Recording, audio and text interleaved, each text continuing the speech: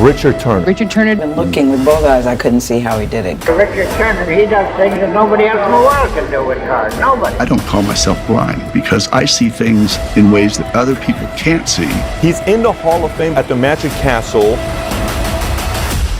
Don't let anyone tell you there's anything you can't do.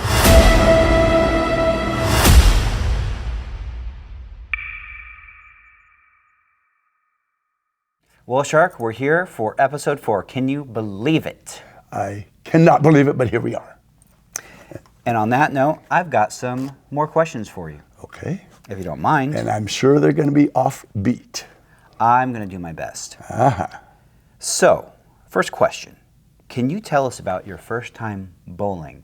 Because I know with you, anything that Shark does, there's always a crazy story involved, even if it's doing dishes or even if it's drinking a sports drink. Yes, my first time bowling, 3rd grade. I'm walking to school. I have my lunchbox in my hand, metal lunchbox, and I see in front of me a ball. Mm-hmm. I thought it was a soccer ball or a basketball. I thought, I'm going to hit that ball all the way into next week. I moved my lunchbox back. I went running up as hard as I could. I slammed my lunchbox into that ball. And it went flying? It was a bowling ball. My lunchbox exploded. My thermos exploded. It died. Wow. But wait. I think it's right. At least you didn't do it with your foot. I did with my lunchbox. Yeah, the lunchbox. But I mean, can you imagine doing it with your toe? And your toe exploding? Yeah. Or a fin? Yeah, that would have been even a worse mistake. Yeah. Of course, my mom was not happy that I exploded my lunchbox and my thermos by any means. Well, and that was the was first time I Shark's I did get a strike. Time in bowling. Oh, you got a strike? Got a strike. Oh, there you go. Strike out. I struck out. Oh, and that's you combine baseball with bowling That's and it. lunchboxes. Yeah. How about in 2nd grade, the word on the street is you were pretty good at drawing a Z with your crayons? There was a show on TV called Zorro. He was so cool. Oh, like Maverick, I also wanted to be Zorro. So on my spelling book, which we had a big spelling book, it said Turner. My teacher wrote Turner. Mm-hmm. I took my pen, I crossed it out, and below it I wrote Zorro. She took her pen, crossed it out, and wrote Turner. I took my pen, crossed it out, and wrote Zorro. She took her pen, crossed it out, and wrote Turner. I took my pen, crossed it out, wrote Zorro. And guess what? There was no more room for her to cross Zorro out and write Turner. Perfect. I won. Is that the one with the theme song Zorro, dun, dun, dun, dun, dun, dun, like the old 50s one? Yes. Oh, I watched that in reruns. That was, as a kid, that was a great show. Yeah. Well, the Shark always gets his Z. I got my Z, and I beat my Mrs. Hamilton teacher. You get your Z's in class and at night when you go to sleep. Oh, that's right. Well, I don't get as many when I go to sleep, but That's I sure true. got my Z in 2nd grade. We have a wandering shark when Yes. he tries to sleep. That is so true. How about Diane Woodward? Did she ever get bitten by a shark? Yes. Now, mind you, I was 6 years old. I was a little boy. Mm-hmm. I'm with my girlfriend next door, Debbie Harris. Mm-hmm. Their house was the only house that was a worse dump than our house. She had this big mountain of sand in her front yard. And we're playing in the sand. I start feeling these real gushy, pliable balls. I said, Clay. This must be the material they make clay from. Yeah. I told her, my teacher can turn this into clay. So I said, let's dig it all out. We dug out a big old pile of it. Oh, nice. The next day, Uh-huh. my mom's not looking, took my lunch out, gobbled it up real quick, and then I replaced all that clay, those clay balls, for my lunch. Oh. I go to school. Yeah. I'm standing in line. Mm-hmm. And it was boys and girls. Yeah. Directly across from me was that Diane Woodward. I couldn't stand Diane Woodward because she wore one of those Margaret dresses from Dennis the Menace. It looked like an umbrella sticking straight out. It looked so stupid, and I hated that dang dress.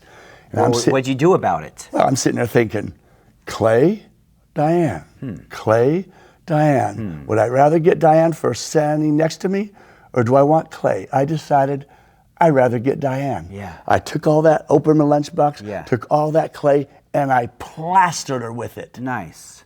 I was sent to the office. It turned out it was cat poop. I plastered her with cat poop. I guess she didn't have a perfect day that day. No. Oh, boy. Okay. Well, Hopefully she doesn't see this episode. I forgot his name. It was Richard Turner. I'm coming for you. Plaster me with cat. Holy cow. Okay. Well, let's keep you away from Clay. Okay, yes. And poor Diane Woodward. She doesn't need to be hit again. How about this one? Maybe this is a little safer, although by the looks of this name, I don't think so. Liquid Hell. Oh, my drink. Liquid Hell. Liquid Hell. This was my drink I would use if I I'm wanted. scared to know about this one. It will make you burn. It's everywhere? Yeah, well, almost. Yeah, I use it to when I want a really good workout. You take my blender, pour in some water, half a banana for potassium, Schiff's brewer's yeast, which was the most wretched tasting yeast you could get. Ew. Schiff's brewer's yeast for bad taste, Yeah. and 4 to 6 jalapeno peppers. Okay. Blend it up and it makes a nice, spicy, frothy pick-me-up for a workout. And the thing is, when you drink it, you have to brace yourself against the counter and down it in one pull. Yeah. And when my sidekick, his name was Jim Blowers, I said, okay, Jim, I made you a batch of Liquid Hell. And he sat there, I said, brace yourself against the sink. He took his first swig and he vomited in the sink. I said, you're not wasting that batch of Liquid Hell, finish it off.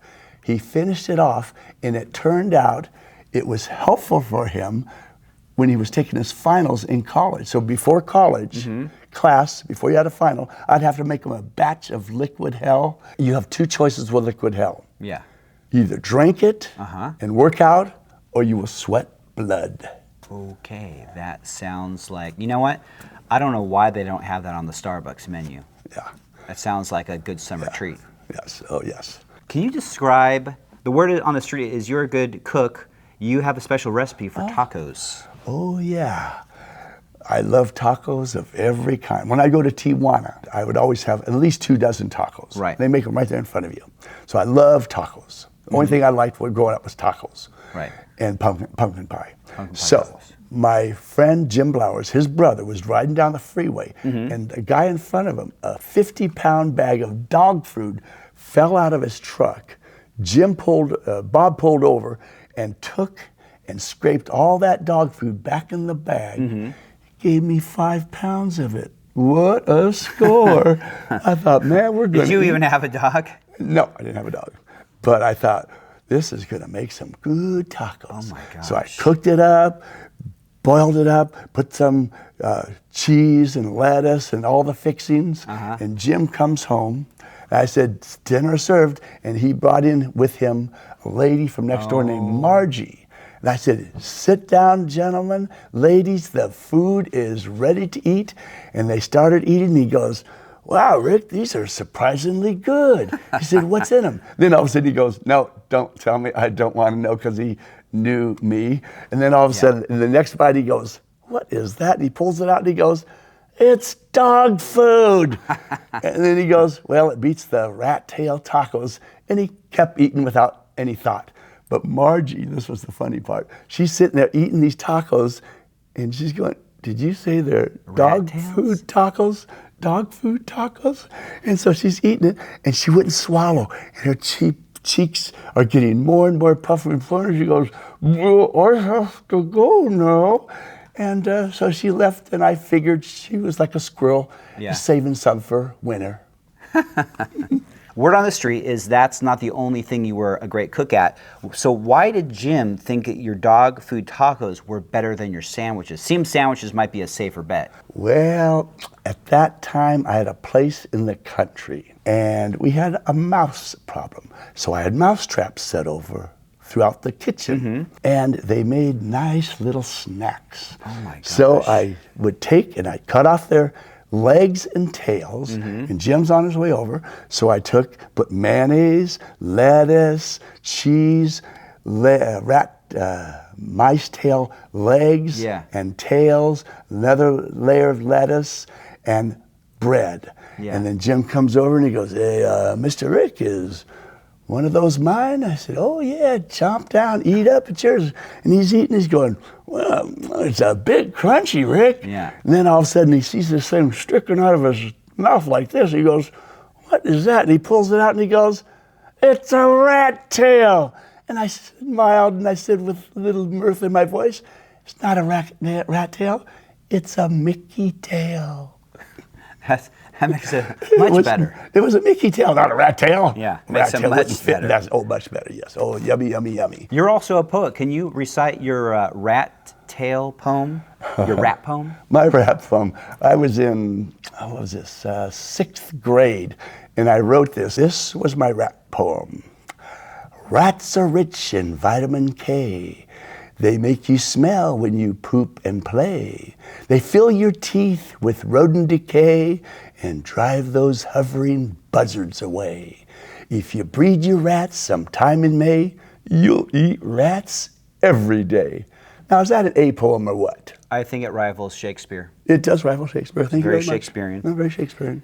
Now, not only are you a great cook and you have exotic tastes, but you have more exotic tastes. And you showed some of it in Delt, but can you tell us some of the more exotic things you've gobbled down as a shark? Okay, some of these I can't tell because they're just a little over the top, but I'll give you a few examples. Jim and I would have bets. And just to give you a quick rundown, for those that saw Delt, there's a scene in there where I catch this 4-foot mahi-mahi, and I told the captain, I said, cut that eyeball out of there. And Asa, my son, knew exactly what I was up to. And the director and the writer, they're behind the camera. The cameramen are going, what is he up to? And Asa goes, he's going to eat it.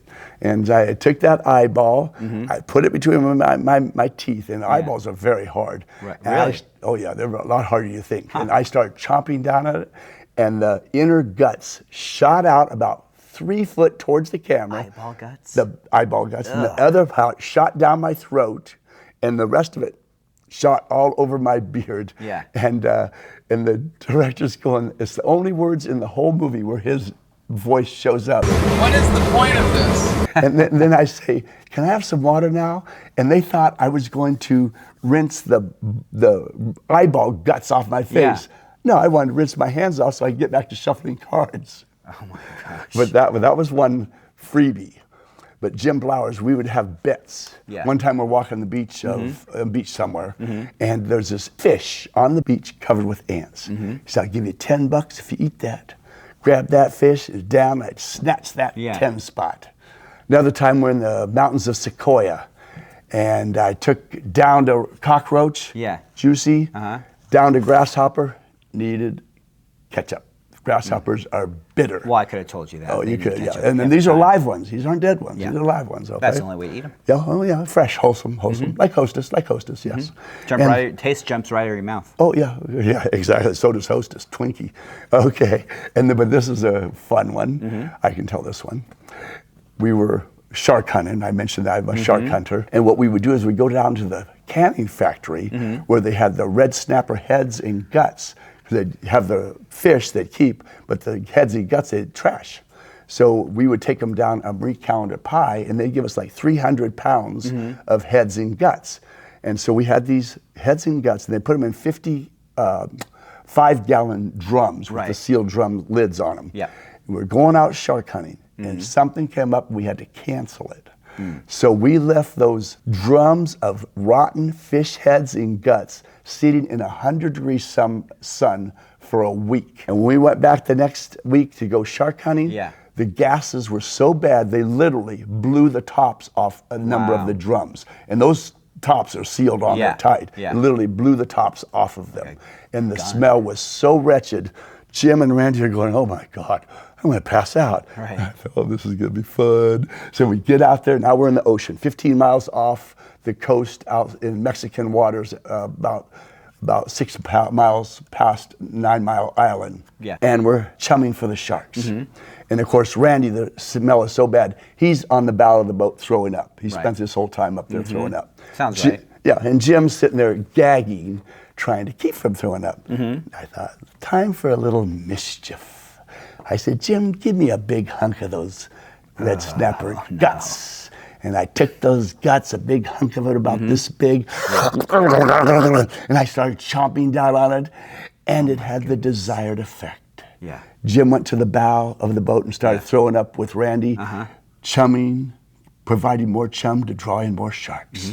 I think the moral of this story is how much of a great friend you are. They Very needed courteous. to throw up. They were obviously sick already, so they got all that out of their system. Yeah. Yeah, just call me Dr. Turner. Dr. Turner. Dr. Turner. Now, why was your little suitcase so much fun? What is this little suitcase? Well, when I traveled with the Lambs Players back in the early 70s, I didn't want to miss a workout. And of course, I was very poor. And back then, they didn't have gyms in every city like they do today. Right. Gyms were very scattered, and martial arts schools were very scattered. And so I wanted to work out. So I built this briefcase out of wood, okay? It looked just about the size of a briefcase, but it was out of 1/4-inch plywood, hinged and latched and all. Right. And I put inside of it 110 pounds of disassembled dumbbells. So it weighed about 110 pounds, not counting the wooden hardware. And so then I would go and we would stop at our host, you know, they would at each stop for our show, and I had 2 suitcases, my one with my clothes and that little one. And I'd always go, I'll carry the big suitcase, you take the little one. And they'd go over like this, and they couldn't budge it. And it was, I have to say, it was so funny to watch them go to pick it up, and they almost threw their back out. Yeah. And I know it was a little ornery, but it sure was funny. That's funny. I think Robert Houdin had like a magnet in a box and no one could open. It's kind of like that. That was right? what it was. Yeah, except for this was the real thing. Yeah, real thing. Yeah. That's funny. I don't even know what this means, but why did the shark open an orphanage for sandwiches? What does that even mean? Well, as we're traveling, you know, I have a metabolism that like burns many times higher than your average metabolism. I weigh literally to the ounce what I weighed 40 years ago. Right. And so back then, I needed to put on more fighting weight. So we had a 6-week tour, and I thought, this time I am going to eat. And since I didn't have to pay for it because our host always provided it, and we had a whole troop of about 15 people in the troop, and they had weight issues with all the food that was provided to us. And they'd make everyone a couple sandwiches to go. So I opened up what I called my home for orphan sandwiches. They didn't want to eat them. I say, Burnell, Glenn, I'll take your sandwiches. So during lunch, I would average 5 to 10 sandwiches just during lunch. So that's why I called it my home for orphan sandwiches. You have a sandwich that doesn't have a mouth, I'll take it. Well, you're a great human being. Courteous, very courteous.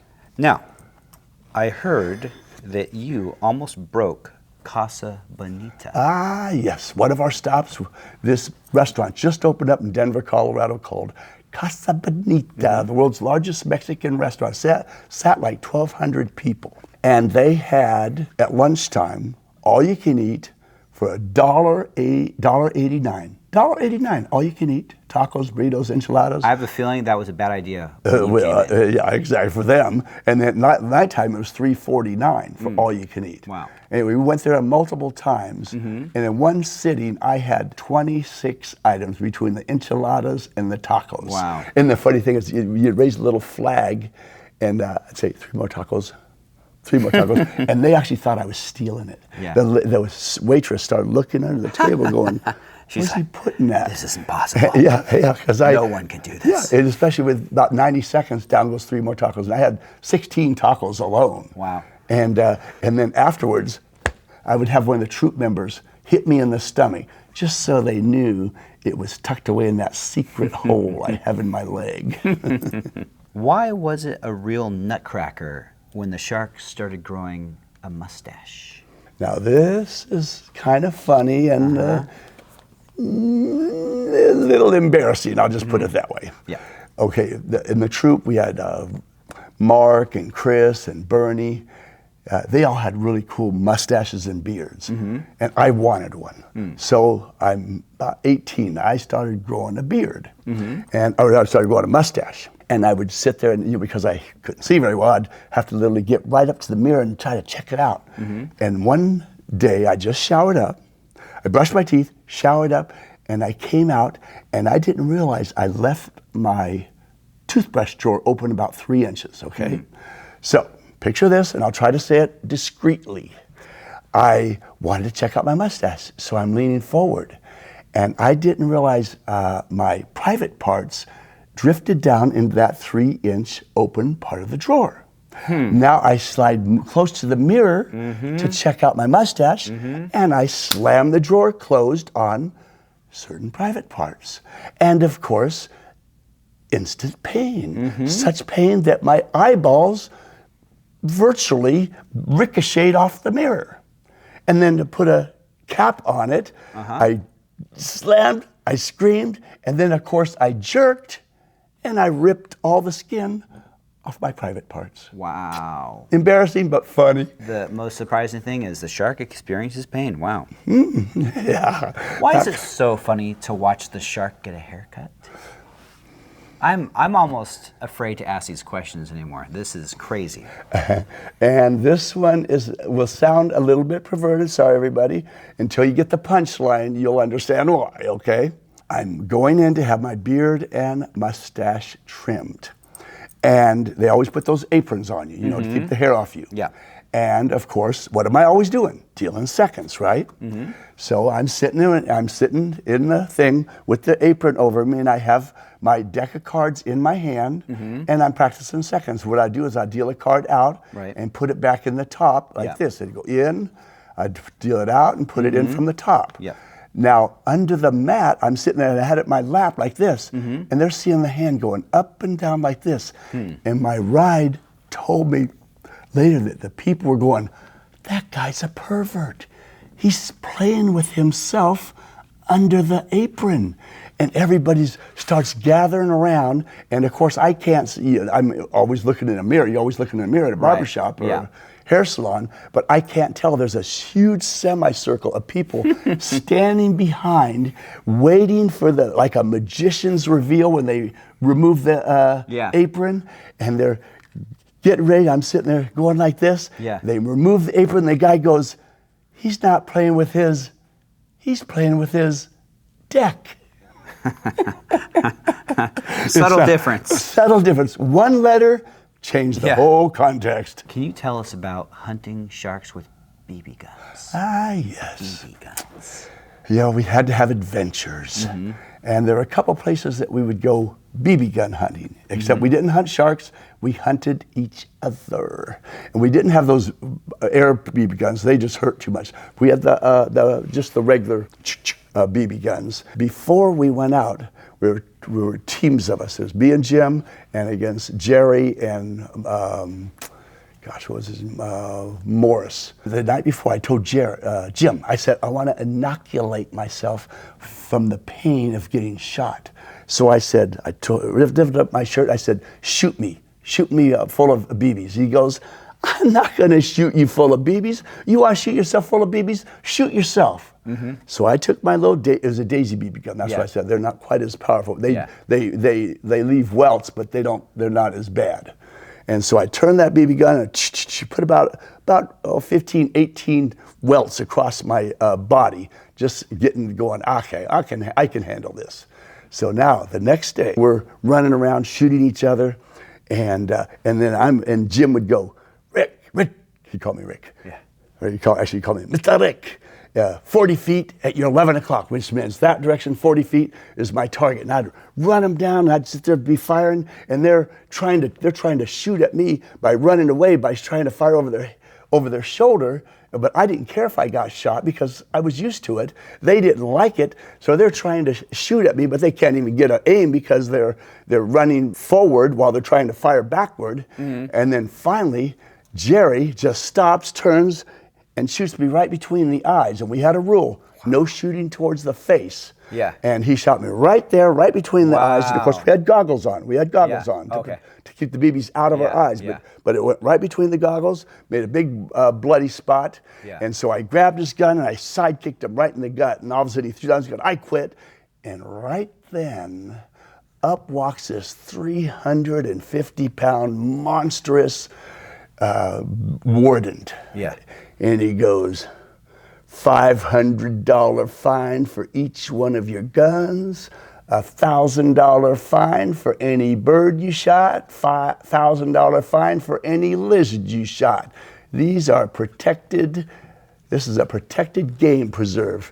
And I said, sir, we promise, we have no lizards, we have no birds, we're not shooting your birds, we're shirting each other, sir. Look, I have goggles to protect my eyes. Look, it's a hole here. And I lifted up my shirt and I said, look, we're shooting each other, sir. And he looked at us like we were total nuts. He let us go, but said, you guys are weird. And he left us. Hippies. Hippies, freakos. Shark, this is the last question of this episode. Is it safe to ride in a boat when the shark is driving? Oh, you bet it is. Because I couldn't get a driver's license for an automobile, but there was no license needed to drive a boat. So I always drove all of our fishing boats full throttle at one speed, all the way open. When I drive Randy Dick's 17-foot Boston whaler out in the ocean, 15 miles, full throttle the whole time. Bam, bam, bam, over the different wakes. Wow. And one time we're in my little skiff. It was only a little 10-foot thing. And I had on board Russell Cedarberg, who sat in the front, Bert Johnson, we called Gaffer because he was the best at gaffing a shark, and I was driving. And we're driving right towards this sailboat. Right. And the sailboat is a big old 40-foot yacht with an amateur sailor and his wife on board. And they're yelling at us, hey, you guys, are you nuts? At the last moment, he veers to try to get away from hitting us, and his boom swung around and bam, knocked him in the head and knocked him down. He yells at us, what, are you guys crazy? And then I'm still plowing right towards the boat, and Russell says, Rick, hard astern. And so I shoved my motor, my handle to the left, which drove my bow to the right, so we slammed side to side. If I would have went straight into it, we would have sunk. Wow. Slammed side to side like this, and then when that happened, his sail boom came around, knocked him in the head again. Oh my gosh. And he goes, what are you guys doing? Are you guys crazy? And the funny part was Russell yells back, sorry about that, our navigator's blind. Can't get mad at that, can you? Yeah, he said, what else was he going to say? There was no other justifiable reason for that kind of action. Well, that is the end of our episode. Yeah, it was funny and nuts. Funny nuts. Funny nuts, over and out. So we'll see you next time. We'll see you next time. Over and out. Over and out. I'll show you some moves. The gambler wants the 5, so what happens is I'll deal cards to the other players. Only when I'm ready do I deal the 5 of spades. Watch the 5 of spades, how it sits there as the second card is dealt. But you have to deal it as neatly as you deal it off the top. Watch, I'll deal it in super slow motion. Watch face up. See, the card doesn't move until I want the card stays on top. One-handed. When the 5 is face down, you can't tell you've been swindled. Isn't that fun? That's called dealing seconds.